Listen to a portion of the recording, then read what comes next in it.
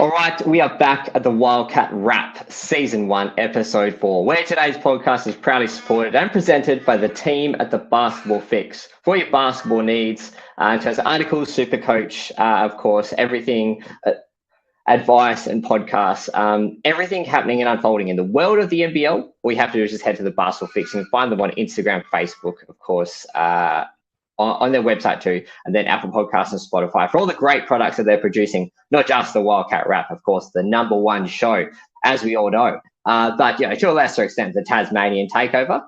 Shout out to those guys too, and the Hawk Hangout that's also been going on, and we've got a couple of other podcasts coming out. But the Wildcat Wrap leading the way and doing it with me every single week. They put stuff with me. Lord knows why and how. But Declan, thanks for coming back on the show. A great co-host. How have you been? And obviously a bit more up and about after a great result last night that we're going to dissect in a lot of depth.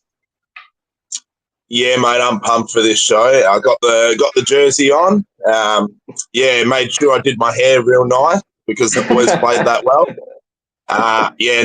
Really exciting game. Just to see the boys, I couldn't pick a negative, and I want to unwrap it and just get to it because I'm really excited. I'm about to jump out my chair. Love that energy and enthusiasm. Like, it could only go up after last week's debacle, the 30-point humiliation, which we dissected it in a different way. It was very, very negative and not too many nice things to say, but thankfully we've got some good news to talk about. So let's dive right in. Let's talk about the rewind. I look back at the previous game. That, of course, was last night, afternoon, depending on when and where you're watching. But Adelaide are both teams severely needing a win. Adelaide, DJ came back. Of course, Montrez was back as well. He didn't play in the game against Perth a couple of weeks ago. So a very different Adelaide-looking outfit to when Perth last defeated them. But it was sort of bucket for bucket deck in that first term before the game really opened up in that second quarter. The Wildcats put their foot down, winning that term alone 29-16. So keeping them to 16 in itself was a nice big defensive effort. And we were shouting out for some defensive, pressure and application. And they certainly showed it. Again, in the last term, they won that 38-29. So massive scoring power. That the three-quarter time actually kept Adelaide to 63 points. So definitely a positive, but then they still leaked 29 in that last term. So what were your main takeaways or improvements that you saw from the Perth Wildcats deck in the contest?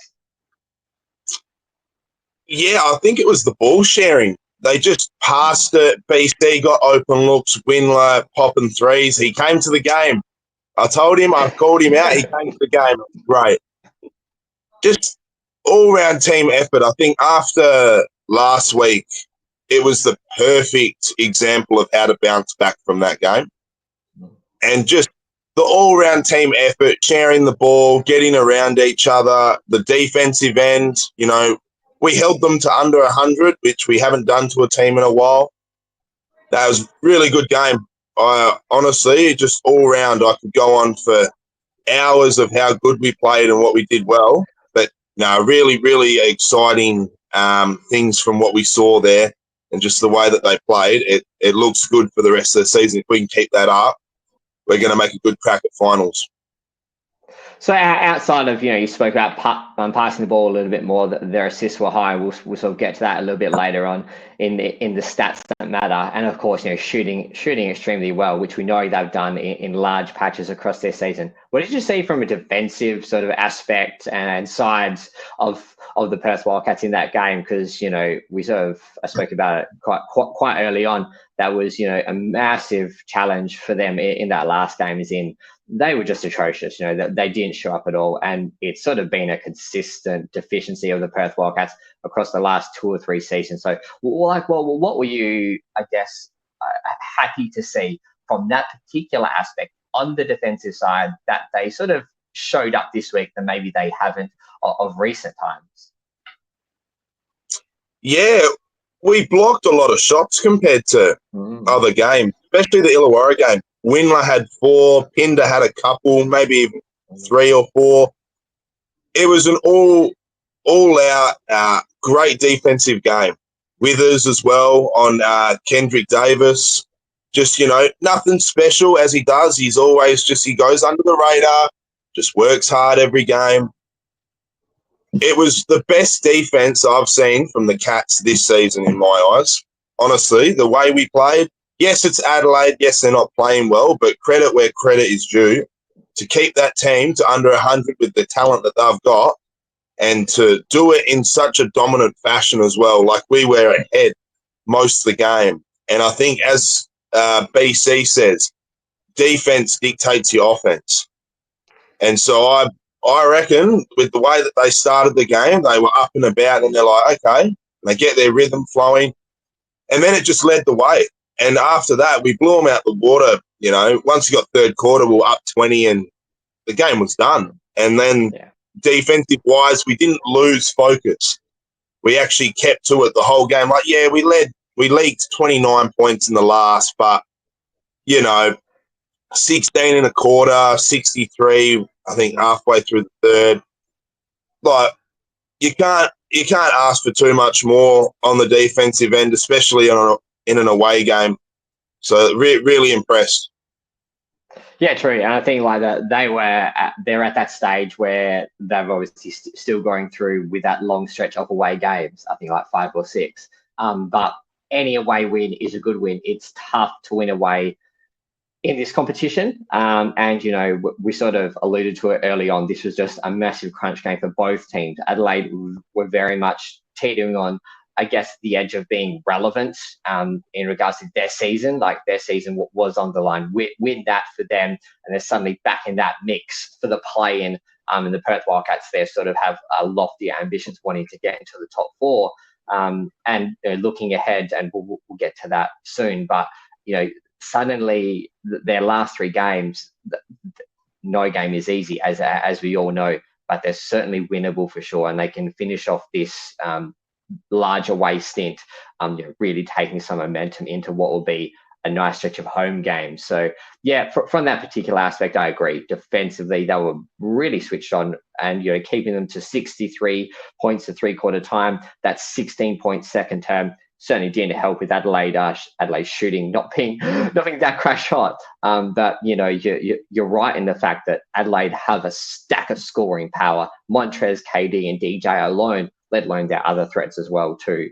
They can easily get 20 apiece for sure. And KD was shut out well again. Todd did a great job in the time that he was on the court. Sort of spoke a little bit off air, and there is no Adelaide podcast coming up anytime soon, so we can definitely lay into them quite hard. So I know this is a dedicated Perth Wildcats podcast, but we also need to talk about our opposition. So, Deck, why don't you give us a couple of thoughts on where sort of Adelaide are in that particular game? And I guess there was also that the end part where Montrez maybe decided not to join the huddle. I don't know if you saw or heard much of that, and maybe give us your thoughts on Adelaide, where they're at, and that Montrez incident. Adelaide, season done. They're done. In my eyes, it's over. It's all over. Montrez, he's checked out. He's played well at times, but his emotions get the better of him, and that's all you can put it down to. Gets frustrated, and he hasn't had a good game for a while now. I think it's about 4 games now that he's just underperformed. And now he's leaving the huddle like that. It doesn't look good on the team. Like, if we saw that, we'd be bringing it up straight away. And we don't, for an example, right, we have Pinder. He could quite easily do the same thing because he's not getting minutes and, things aren't working out. But he's not doing that. So it just shows where the mentality is with the 36ers. And no one's pulled him aside and said, nah, man, like, we need you. So in my eyes, add them to the list because they're not making the 6. No way. Yeah, and I can't. It's pretty hard to mount a case for them. They've sort of left their run a little bit too late at the moment. But they weren't really that impressive. And of course, you do have to give credit to the Perth Wildcats in how they defended for large aspects of that game. And of course, the shooting was lights out. And speaking of shooting, let's get to the stats that matter, because that was 6 of 12 from 3-point land in the second quarter alone, and 12 of 22 to halftime. Of course, when the game was up for the grabs, the damage was done right then and there. And it was quite an impressive shooting display. But Jack, was it more of Adelaide not really defending very well, or just, Perth Wildcats shooting like we know they have the potential to do, and we've seen it numerous times across this season? Or was it just like a really good night for Perth, or was it, Adelaide not really doing a great defensive job? I think it was a bit of both, but our offense was clicking like from the start. Windler pulling up deep from three, hitting them. BT, first shot of the game, 3-ball. So I reckon our offense, that was the main factor. And then, their defense, it's nothing special. So the way that they guard and kind of sit off.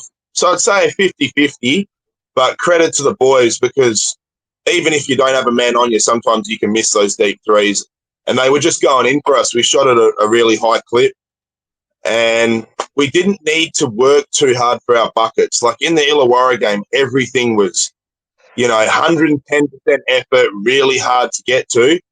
Some of our threes was just pass the ball to the side, roll out, pop it, and it was done. And I feel the boys felt that, and they felt the ease off their shoulders. It was done, shot after shot, and they were comfortable. And once they got comfortable, that's where it started from. And then the flow comes into it. Adelaide just couldn't keep up. Yeah, absolutely. I think it was like the start of the second or the start of the third, like Dylan Windler almost walked into, had a dribble and like shot a three. It was 20 seconds into the quarter, second or third, can't remember which one. And then the Mike Wells called a timeout straight away, because like you'd be furious, when Dylan, had that start to the game. It must have been the second term. And just literally received a pass, had an opportunity to have a little dribble, and just walked into that 3-pointer. And of course, he nailed it, because it was seeing it like a watermelon going into the bucket. Adelaide's certainly one of those teams, and Perth, I guess from a season perspective, probably still fall into that category of being a leaky team. This particular game, they were certainly much more consistent. Adelaide can certainly have, the points run up against them quite high. That was obviously a big one. And the other stat that matters was 12 assists. Plus 12 in assists, so 12 more assists than Adelaide, 27 overall. And they had 5 more blocks too, which you sort of touched on earlier, Deck. And they were the two positives for different reasons, I guess, from an offensive set aspect in regards to passing and moving the ball, and it's something that you were really impressed by. And of course, the other a defensive part, just big blocks. Everyone loves the big block. We love seeing it. I guess from those two particular stats that matter, I guess. Do you think that these particular aspects, the blocking, the defense, and then the passing, the assist, the moving of the ball, do you think that they can bring that into their game, on a consistent basis? Like the assists in particular, the blocks is more so an individual, person, being really athletic and tracking the ball well. But the assists, that's the team aspect and team element to it. Like, do you think that they can do that and get into a bit of a groove with that side of their game? Yeah, I think it was made a focus in this game, just from what I saw, was to pass the ball to the open shot and just pass it around. Like Bryce Cotton, 12 assists, Windler, 6, or it might have been, 6 assists. It just all out, each player just free opportunity, bang, passing it. No one was selfish. And I think it just shows that there was a focus there, next man up mentality. And it worked. It worked brilliantly. As I said, like a lot of open shots for us, passing the ball came easy. And then Pinder as well, block shots. Once he got a few of those baskets in, as I said, he was flying up the court, blocked Humphreys, took on Montrez to the basket. And to see that is a really good sign leading into the end of the year, but for us anyway. Because the way he played last season, honestly, like if we can get him to that caliber again, that confidence, dunking, blocking, look out, teams, because we're coming. He absolutely is the key because you know what you're going to get from Bryce most of the time, unless he gets sort of shut out of the game, but by certain stoppers. But Keanu Pinder is their main second guy, of course. We're craving for Christian to come back. He's very, very close. He's probably still one more week away, and we'll get to that injury report really soon. Keanu's the main man, and we sort of did a bit of an expose on him last week just to sort of find out and sort of talk about why he just wasn't reaching his potential. But yeah, it was really, really a positive step in the right direction. But there's just so much more that we can expect and get from him. And hopefully, this is the point for Keanu where he just bursts into, a block of 3 or 4 games where he's, getting that 15 or so points and 7 to 8 boards like that. I know that 20 and 12 is the ideal game, but that's all we need from him, and like to be that second scorer. But yeah, you're spot on. He was on song yesterday, and he was feeling it, and he was doing all the extra stuff, which we touched on last week. That when he's getting touches, when he's getting points, when he feels good about himself, he's going to block, he's going to rebound, he's going to hustle, and he'll run up and down continuously. So that's the key for Keanu, we think. And no doubt he had to listen to us last week, and he heard the feedback. And he put it into practice, and that's what every good Perth Wildcat does. They listen to the Wildcat rap, and they know that this is where they get the most honest, but obviously respectful feedback too. Just quickly, a bit of a look at me, and there were a number of them. We'll touch on a couple of main individuals, Deck, that we'll get to you in a new segment later on. But the main man, and of course, it's Bryce Cotton, 21 points. It's not 40, but we'll still take 21. But he had 12 assists, like incredible facilitating effort, and then 4 of 6 3-pointers as well. Like it's such an understated game. Like 20 and 12, like we're not talking about 12 rebounds, 12 assists, like that's ridiculous for a 40-minute game. And he was like to have 12 feeds but still get 20 points and hit 4 of 6 from 3-point. Well, he just continues to amaze, doesn't he, Deck? Yeah, cheeky double-double for BC. You don't see it too often. Normally you see the 30-piece and 40-piece. But no, that was, as I said, really good game by him. He doesn't have to drop 40 every game for us to win, and that just shows. 12 assists. That I'm not quite sure in the record books, but that would be one of his highest in that category in his career, I think. 12 assists is a fair bit, and just really helped the team. And it became everyone else, Winler, he got hot from it, and then their defense had to focus on him as well, and BC had that room to move. And he has that freedom, and then that's when he can just be unselfish and pass it out. Yeah, really, really good mindset by the boys and how it worked out. It's really, really good to see. So it's good to see him get a double-double, little cheeky one. Hopefully he can get a couple more of them, rack up the assists, and start banging them into that category, leading the league in points and assists by the end of it.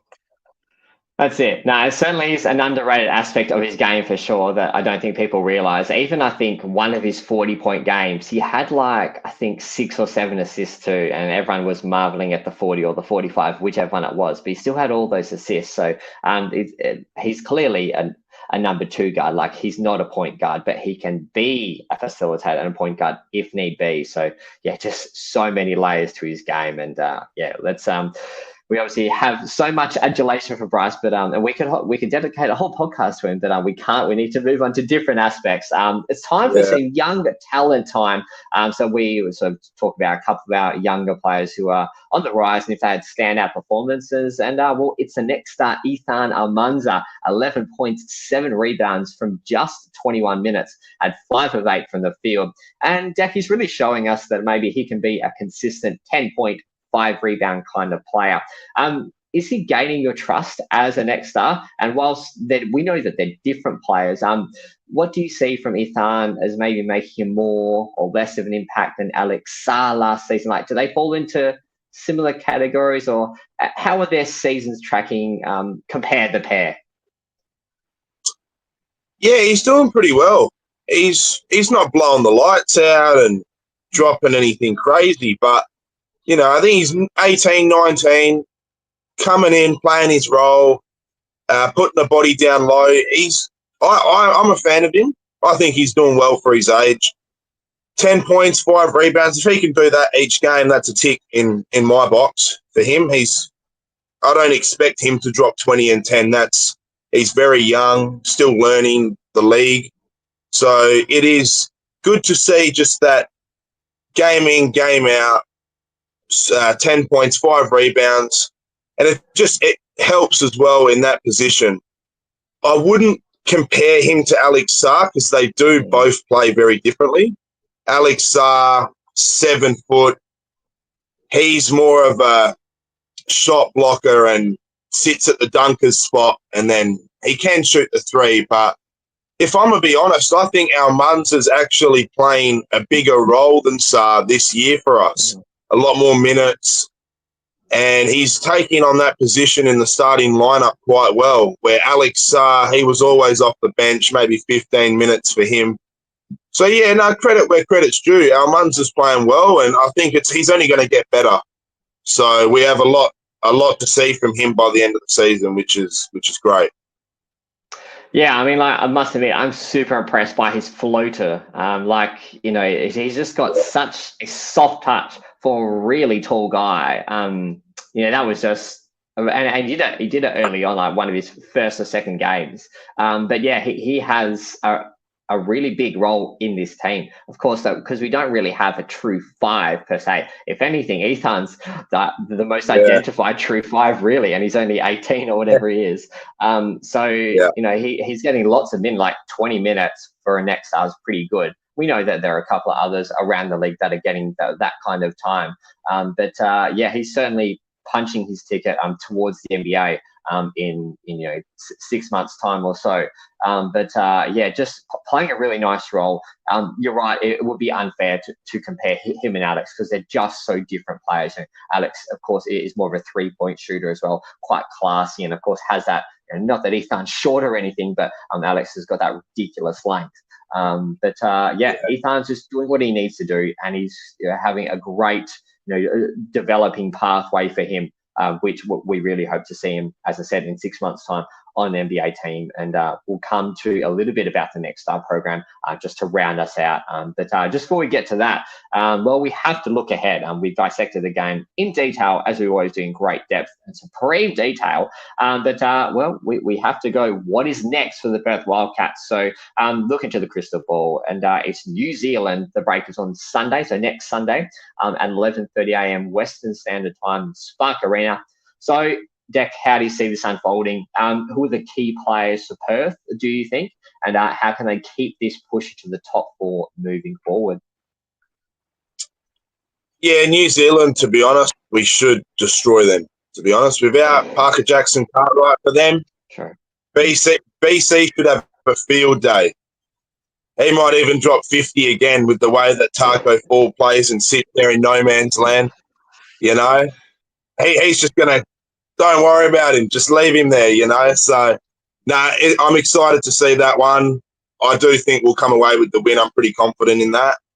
Again, Pinder, if he just plays the same way, 20 points, even if it's just 20 and 5, he can play a massive role for us because he's a lot faster than Fall and he has the athleticism to match him. So if we can play that side well and match up against Taco and just keep him away from the rim, that'll work out in our favour. And then just for Windler and Cotton to just hit the open shots, I think if Windler builds this confidence and stays at this level where he's hitting these shots and getting these rebounds, that's going to be a really good side of his game for us to see with Doolittle coming back, because then we have another player who can get those big rebounds and on the offensive end get right into the paint.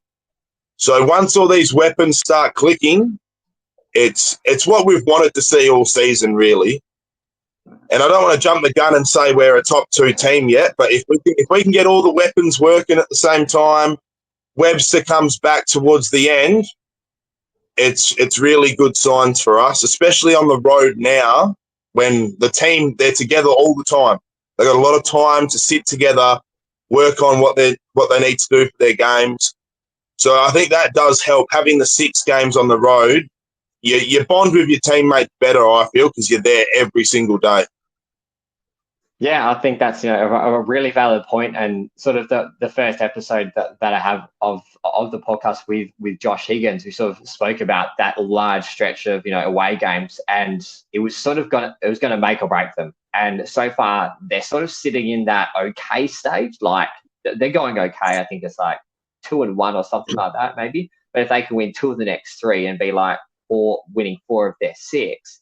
That's a pretty good result. 5 and 6 would, of course, be fantastic, but they still have an opportunity to really set themselves up for the back part of the season. And Declan, this is why we work so well together, because you're the ever optimist, and then I'm the conservative. I think I know PJC is just a huge out, but I just think that this still is a danger game. If they can just go in there, play the way that they played against Adelaide, because that was a danger game too. Just focus on them, do the fundamentals.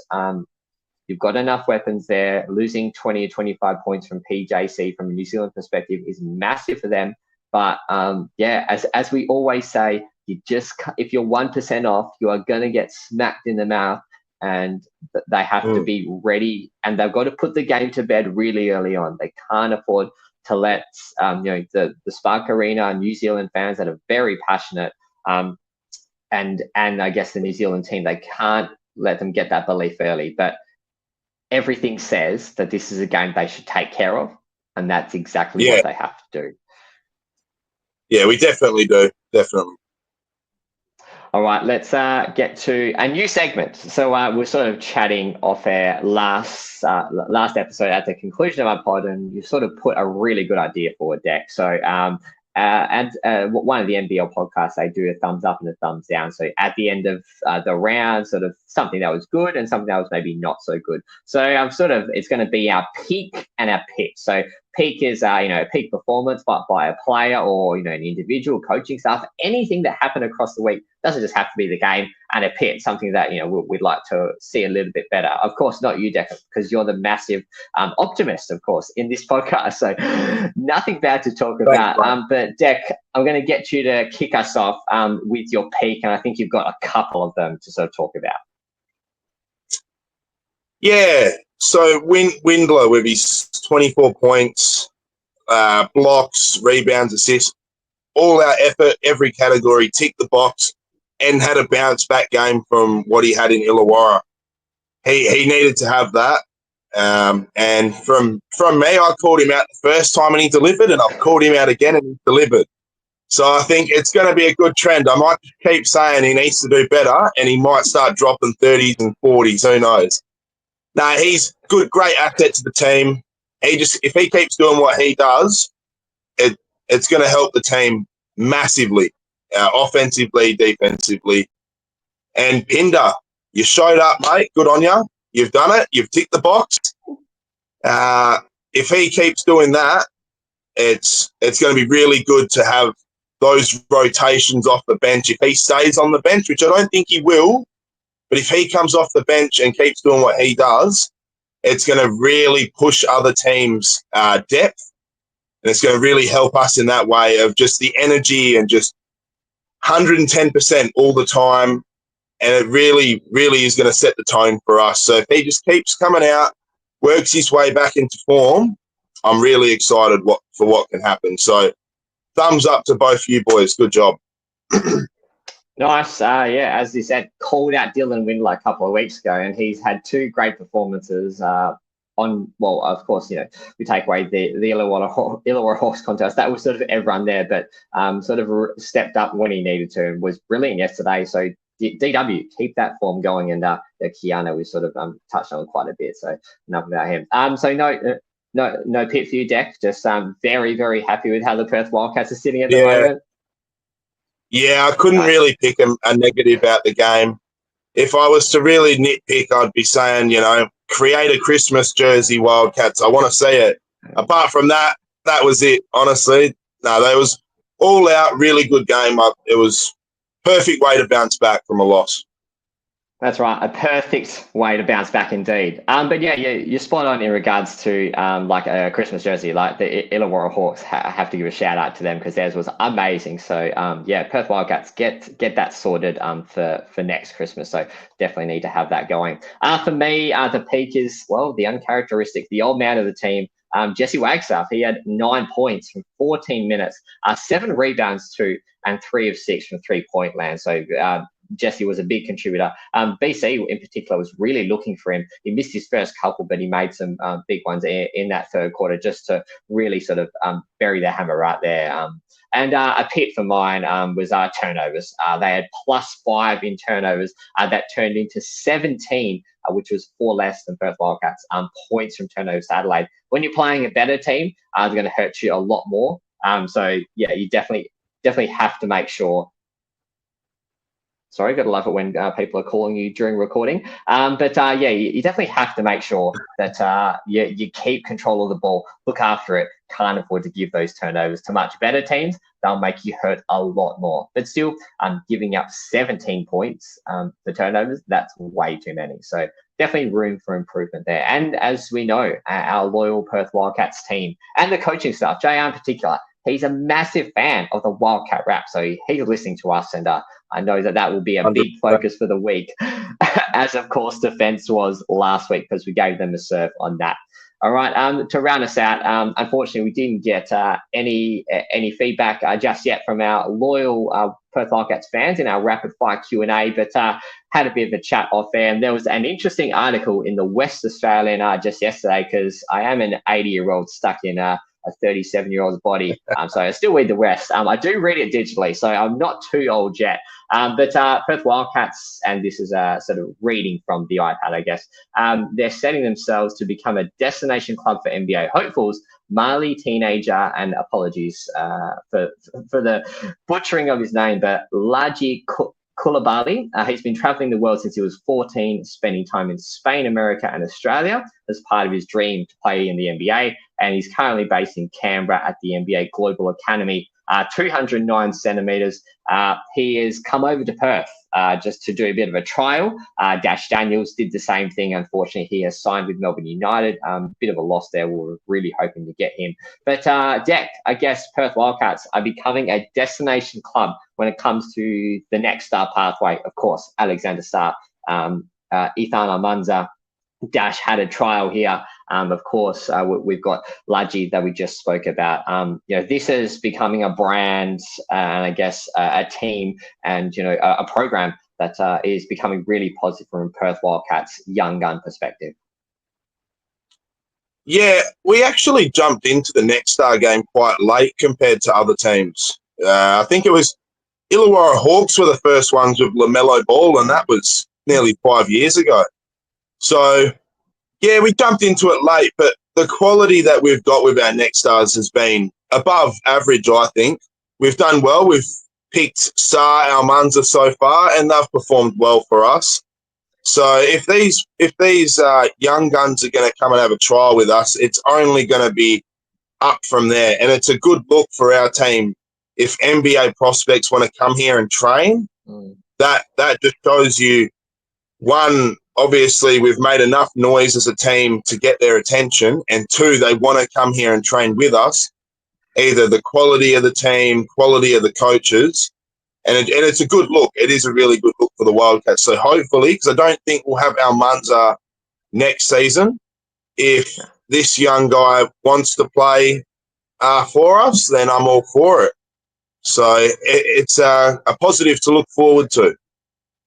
Yeah, absolutely. And just like the Next Star brand as well, Liam Santa Maria and, of course, the whole team in NBL, they've just done such a great job. Like these high schoolers from around the world, they have, of course, college as an option, Europe too. But then the NBL is certainly right in that mix firmly. And, the Perth Wildcats have got two real winners. I don't know what Ethan is projected for now, but, maybe in that 20 to 30 draft pick range. But, Perth Wildcats, along with a couple of other teams, they're certainly getting high quality individuals credentials, and the program clearly is speaking for itself. So well played to Danny Mills and of course John Riley for continually putting, I guess, strong pitches to these young men to say the best way for you to get to the NBA is to come and play with men in just a really highly credible competition in the NBL, but also for the Perth Wildcats too.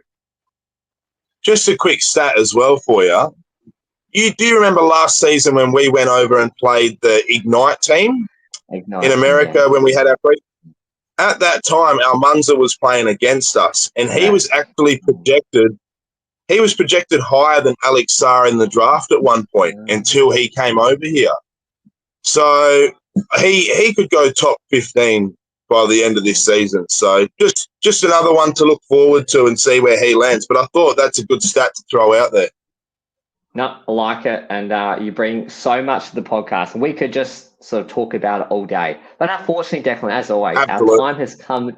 Our time has come to an end, so we have to sign off. So just before we sign off, Deck, did you want to give us another little shout out to our loyal Perth Wildcats fans, the Red Army, the Perth Wildcats supporters page, Cat Chat as well, that we're really lucky to have the big support, and just a quick little shout out to them. Yeah, shout out to all the fans for sending in your questions week in, week out. We didn't get any this week, but that's okay.